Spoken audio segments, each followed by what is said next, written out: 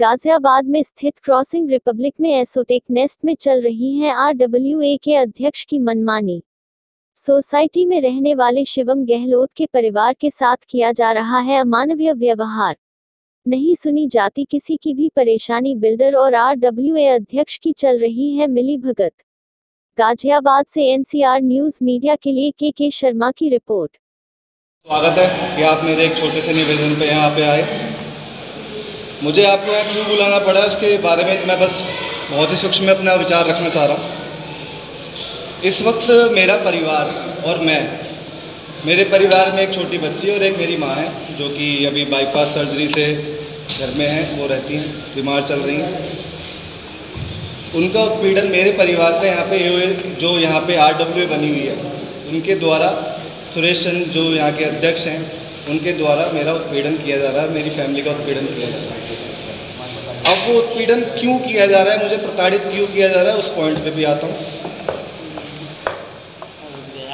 यहाँ पे लगभग 700 परिवार रह रहे हैं और ये सोसाइटी को बसे हुए लगभग 6 से 7 साल हो गए और हर परिवार यहाँ पे लगभग 7,000 से 10,000 रुपये मंथली मेंटेनेंस पे करता है, जो कि एडवांस पे करता है, और लगभग एक महीने में 40 से 50 लाख रुपए का अमाउंट कलेक्ट होता है, जो कि इस सोसाइटी के देख रेख में, रख रखाव में इस्तेमाल किया जाता है। तो मैंने माननीय अध्यक्ष सुरेश चांदी से कुछ दिनों पहले कुछ सवाल पूछे थे, क्योंकि हम एडवांस मेंटेनेंस दे रहे हैं। तो मुझे कुछ सवाल थे कि भाई यहाँ पे सीसीटीवी काम नहीं कर रहे हैं, पिछले 7 साल से यहाँ पे फायर सिस्टम काम नहीं कर रहा है, बिजली के पैनलों की अव्यवस्था, प्रॉपर वायरिंग नहीं है, 440 वोल्ट के 220 वोल्ट के तार ज़मीन पर नंगे पड़े, जिनका कोई देख रेख करने वाला नहीं है। खुशनसीबी ये है कि आज तक यहाँ पे कोई दुर्घटना नहीं घटी। इसके अलावा कुछ टावर्स ऐसे हैं जहाँ पे कैमरे वर्क नहीं कर रहे हैं, कोई आए जाए किसी का कोई रिकॉर्ड नहीं है। लगभग 700 परिवार बिना फायर सिस्टम के यहाँ पे रह रहे हैं। आज आग लगे या कल आग लगे, कोई उसकी देख रेख नहीं करेगा। अगर 25वें माले पे आग लगती है तो मैं उसे बुझा नहीं सकता, मेरे पास कोई सिस्टम नहीं है। खुले में नंगी तारें पड़ी हैं, बच्चे जो छोटे बच्चे हैं बेसमेंट में हर जगह कैमरे नहीं लगा सकते, ना लगे हुए हैं। वहाँ पे बच्चे चले जाएं, वहाँ पे उस गेट पे ताला भी नहीं है। अगर उस गेट के अंदर कोई बच्चा चला जाए तो क्या दुर्घटना होगी आप खुद ही सोच सकते हैं। 220 वोल्ट का तार नंगा ज़मीन पे पड़ा है। अब आपको बताना चाहूँगी, शुरुआती दिनों में मैं यहाँ पे जब सोसाइटी में रहने आया, ये मकान मैंने दिसंबर में ख़रीदा था और उसके बाद मैंने यहाँ पे कुछ काम कराया फर्नीचर का, तो पिछले 4-5 महीने लॉकडाउन के कारण से वो काम धीमे धीमे चला। तो मैं 24 जून को यहाँ पे शिफ्ट हुआ था। शुरुआती मैंने यहाँ पे बहुत सी समस्याएं देखी, बिल्डर के अधूरे वर्क देखे। 2 टावर ऐसे हैं जो बिल्डर ने पिछले 7 सालों में उनका निर्माण भी नहीं किया, अभी तक पेंडिंग है। और ऐसे 5 टावर यहाँ पे बने हुए हैं जिनके फायर फाइटिंग जैसे, सीसीटीवी जैसे मूलभूत सुविधाएं जो एक आम जिंदगी की रोज़मर्रा की ज़रूरत है। सीसीटीवी, मेरे घर में चोरी हो जाए, मेरा मर्डर हो जाए, कोई देख रेख करने वाला नहीं है। अभी 24 अगस्त को सोमवार का दिन था, मेरे घर पे हम सब परिवार सो के उठते हैं, मेरे घर पे बिजली नहीं होती है। मैंने सोचा कि वो यहाँ पे प्रीपेड मीटर्स लगे होते हैं, तो मैंने सोचा वो माइनस में रात में चला गया होगा, सोमवार की सुबह वो ऑटोमेटिकली वो लाइट कट जाएगी अगर आपने चार्ज नहीं करा होगा। तो मैंने उसमें देखा बैलेंस नहीं था। मैंने मेरे पैर में फ्रैक्चर है, उल्टे पैर में, और बेड रेस्ट डॉक्टर ने मुझे बोला हुआ था। इस घटना से 1 हफ्ते पहले मुझे फ्रैक्चर हो गया था। मैंने एस्टेट मैनेजर बालकिशन जी को फ़ोन किया कि मेरे घर की बिजली नहीं आ रही है, 6,000 रुपये का एक रिचार्ज का भेज दीजिए जो मैं हर महीने करा रहा हूँ। उन्होंने एक स्लिप भेजी 6,000 की, वो मैंने पिन कोड एक होता है वो मैंने कोड सिस्टम में डाला और वो मेरी बिजली तुरंत कट गई। और उस पर्ची पे लिखा था 12,000 रुपये नेगेटिव बैलेंस, माइनस, मतलब मुझे वो 12,000 और पे करने हैं जब जाके मेरी बिजली जुड़ेगी। अब इस 12 और 6 18,000 रुपये के मामले पे आता हूँ। लॉकडाउन पीरियड के कार्यकाल की लगभग 17,919 रुपये मेंटेनेंस चार्ज बना था, जो कि मैंने किस वजह से दिया नहीं था या क्यों रोका हुआ था, उसकी एक पुख्ता वजह थी। मैंने जब ये मकान ख़रीदा तो 2.25 लाख रुपए मेंटेनेंस चार्ज पे किया था।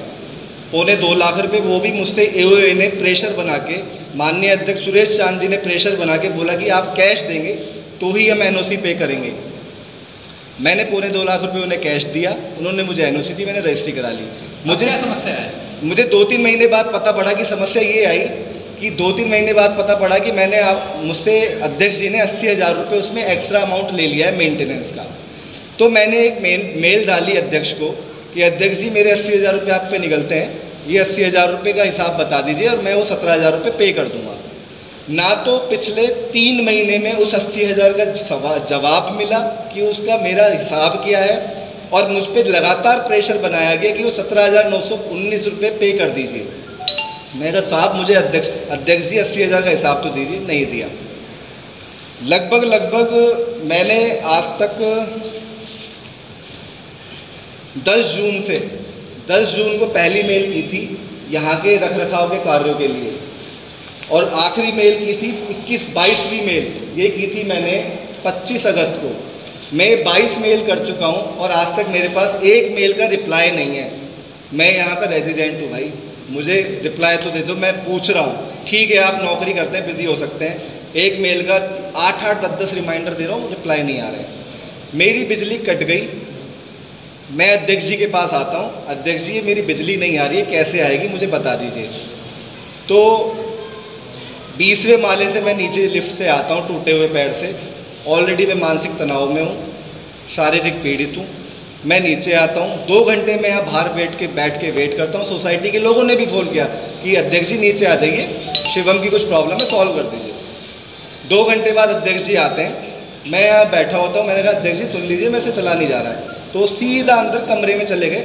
मैंने 10 मिनट वेट करा, क्या पता कोई काम होगा आ जाएंगे। 10 मिनट मैंने वेट करा, वो नहीं आया, फिर मैं उनके कमरे में चला गया। मैंने अध्यक्ष जी मैंने 6,000 रुपये का रिचार्ज किया था, घर पे लाइट नहीं आ रही है और बेटी की क्लास चल रही है, 5 साल की बच्ची है, और घर में एक माँ है जिसकी बाईपास सर्जरी हुई है, गर्मी से दिक्कत हो रही है, चलिए यहाँ से, नहीं भरेंगे तुम्हारी, तुम उठाओ सोसाइटी के मुद्दे जितना। कीर्ति चौहान गहलोत जी। कीर्ति जी, क्या समस्या आ रही है? आप सोसाइटी में मकान लेकर रह रहे हैं और पिछले कई दिनों से आपने जो अध्यक्ष जी पे जो भी उनकी सच्चाई दिखाने का काम किया है, क्या आरोप लगा रहे हैं? देखिए, हमें यहाँ शिफ्ट हुए एग्जैक्टली 2 महीने हुए हैं, और उससे पहले मेरे हस्बैंड यहाँ पे जो भी काम करवा रहे थे, सारा काम चल रहा था। उस दौरान यहाँ पे काफ़ी सारी दिक्कतें थी जिनके मुद्दे इन्होंने उठाए। अब क्योंकि इन्होंने मुद्दे उठाए तो अध्यक्ष जी को उससे समस्या है कि ये मुद्दे उठा रहे हैं। अब जो व्यक्ति काम नहीं करना चाहता है सोसाइटी के लिए और उसको काम करने के लिए मजबूर होना पड़ रहा है, तो ऑब्वियसली उसको परेशानी होगी। लेकिन इन सब समस्याओं के बीच में उन्होंने जो हमारी फैमिली पे पर्सनल अटैक किया वो बहुत ही गलत है। मैं खुद मीडिया में पिछले 16 सालों से काम कर रही हूं और इतना इंसल्ट मुझे आज तक फील नहीं हुआ जितना मुझे अभी फील हो रहा है। और उन्होंने जितना गलत इंटरव्यू दिया है और जो पूरे यहाँ पे क्रॉसिंग में घूम रहा है, मतलब एक इंसान जिसके पैर में प्लास्टर चढ़ा हुआ है वो इतने लोगों को मार पीट के चला गया और वो पिट गए। शर्म की बात है। जो भी इंसान, और एग्जैक्टली 2 महीने हुए हैं, अभी बिजली कटी थी। उस दिन मैं सुबह उठी हूँ, बिजली पूरे 10 घंटे बिजली कटी रही है। मैं सुबह उठी हूँ, मैंने जल्दी अपनी बेटी को तैयार किया है ऑनलाइन क्लास के लिए। मैं खुद मीडिया में हूँ, आपको पता है डेडलाइन का प्रेशर क्या होता है। मैं काम कर रही थी, मुझे खुद को अपनी रिपोर्टिंग भेजनी थी, मैं खुद चैनल में हूँ, मुझे खुद को अपना अपलोड करना था। मैंने पड़ोसियों के घर जाके लैपटॉप पे वाईफाई कनेक्ट करके अपना अपलोड किया है। पूरे 10 घंटे बिजली नहीं रही। मैंने रात के उस दिन का अपना डेडलाइन मीट करने के लिए मैंने रात में 4 बजे तक काम किया है। आपने तो ये जो लेकर कुछ उच्च अधिकारियों से बात की या लिखित रूप में कोई पुलिस में तहरीर दे दी है? तहरीर दी हुई है इन्होंने, और मतलब बहुत ही इंसल्टिंग फील हुआ है मुझे इस बार। हम लोग सोसाइटी में शिफ्ट हुए थे ये सोच के कि हम सभ्य लोगों के बीच में जा रहे हैं। थैंकफुली सोसाइटी के लोग बहुत अच्छे हैं, सभी लोग मेरे हस्बैंड के साथ में हैं, और एक सोसाइटी के अध्यक्ष से इतना असभ्य और दुर्व्यवहार मैंने बिल्कुल भी, मुझे अपेक्षा नहीं थी कि हमें सोसाइटी में आने के बाद ऐसा माहौल मिलेगा। बहुत ही पॉजिटिविटी के साथ, बहुत ही खुशी के साथ अपने नए घर में शिफ्ट हुए थे, लेकिन यहाँ पे आके हमारे सारे अरमानों पे पानी फिर गया। जहाँ पहले थे वहाँ भी इन्होंने अपने आसपास के एरिया के लिए बहुत काम किए हैं और हमेशा ये अपने आसपास के एरिया के मेंटेन। कोई कार्रवाई करी है? आपकी तहरीर के ऊपर आपने जो तहरीर दी थी उस पर पुलिस ने अभी तक कोई कार्रवाई की? अभी तक कोई कार्रवाई नहीं हुई है। जी ने आज पीसी की है, प्रेस पर्सन की है, क्या मामला है? मामला ये गलत है, जो भी किया है अध्यक्ष जी की गलती है उसमें। अध्यक्ष जी क्या खाली एओ, पूरी एओ की गलती है इसमें। बहुत समझाया था उनको कि ये चीज़ ऐसे नहीं होनी चाहिए, लेकिन उन्होंने माना नहीं। बड़े एडमेंट रहे इस चीज़ के पीछे कि नहीं। आपके संज्ञान में मामला था?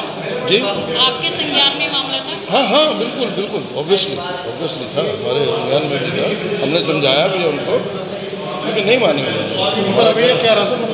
नहीं, मैं नहीं करूँगा, मैं नहीं करूँगा। अपने ये किया गलत उपयोग कर रहे थे। ये 24 तारीख को जो ये मसला हुआ है, उसके कारण थाने जाना पड़ा, सब कुछ हुआ। तो उससे पहले सवेरे की बात है, 10 बजे के करीब, जब मिस्टर गहलोत और मिस्टर विजय जी ने ये बात यहाँ उठाई, तो मैंने कहा आप लोगों को मैं उनसे बात करूँ, अध्यक्ष जी से। मैंने उनसे बात करी, उनको समझाया ये भी रेजिडेंट है, आप भी रेजिडेंट हो, हम भी रेजिडेंट है, तो इसको सॉल्व कर लेंगे प्रॉब्लम को। किसी के घर की लाइट काटना, और छोटा बच्चा है वहाँ पर, उसकी ऑनलाइन क्लास चल रही थी, वो बंद हो गई, तो अच्छा नहीं, आप इसको कर लो, बैठ के निपटा लेंगे यार, किस्तों में कर लेंगे, उसमें क्या दिक्कत है? नहीं, तो मैंने कहा ठीक है, फिर नहीं तो नहीं, फिर आप करो, जो आपका दिल करता है वैसे करो। सर आप लोग किसके सपोर्ट में हैं? अभी एक सोसाइटी के रेजिडेंट के सपोर्ट में हैं या गलत के खिलाफ? नहीं, हम रेजिडेंट के। मैंने कल एक मेल डाली है जी रेजिडेंट के लिए। मैंने कहा झगड़ा रेजिडेंट से मत करो, झगड़ा करना बिल्डर से करो, रेजिडेंट के साथ नहीं। अरे अध्यक्ष भी तो रेजिडेंट है, अध्यक्ष कौन सा बाहर से आके बनता है? यहाँ पर चूज तो रेजिडेंट ही करते हैं इनको। जो एओ बनती है उसको बनाने वाला कौन है? रेजिडेंट है। तो आप रेजिडेंट की नहीं सुनोगे तो किसकी सुनोगे? आप अपनी मोनोपोली बना के नहीं चल सकते कहीं पे भी। सीधी सी बात है, आपको सुनना पड़ेगा रेजिडेंट का। और उनके साथ आप मिलके क्यों नहीं चलते यार? आप क्यों अकेले चलते हैं? वो गलत है बिल्कुल। कब से चल रहा मामला है, कुछ बताएंगे इस बारे में? ये 1.5-2 महीने की बात है। अभी आए गिरोह, कोई पुराने नहीं है। अभी इन्होंने रिसेंटली यहाँ बाई किया हाउस, तो उसके बाद अभी 1.5-2 महीने से ही यहाँ पर ये है। और ये पहले नहीं हुआ था, पहले तो उन्होंने चालू कर दिया लाइट, सब कुछ किया है, वो रह रहे हैं। अब ऑल ऑफ अ सडन एक दिन चुप करके डाल दिया पैसा, अगले को पता भी नहीं लगा कि माइनस कर दिया उन्होंने। माइनस कर दिया तो क्या होता है, संडे को लाइट नहीं कटती है, तो मंडे जैसे ही आता है उस दिन 10 बजे तक लाइट नहीं कटती, 10 बजे के बाद लाइट कट जाती है। तो अब उनको पता नहीं था, या तो अवेयरनेस करते, उनको बता देते कि ऐसे ऐसे हमने उसमें आपका। सर जिस टाइम लाइट कटी, क्या आपके अध्यक्ष जी के पास गए थे?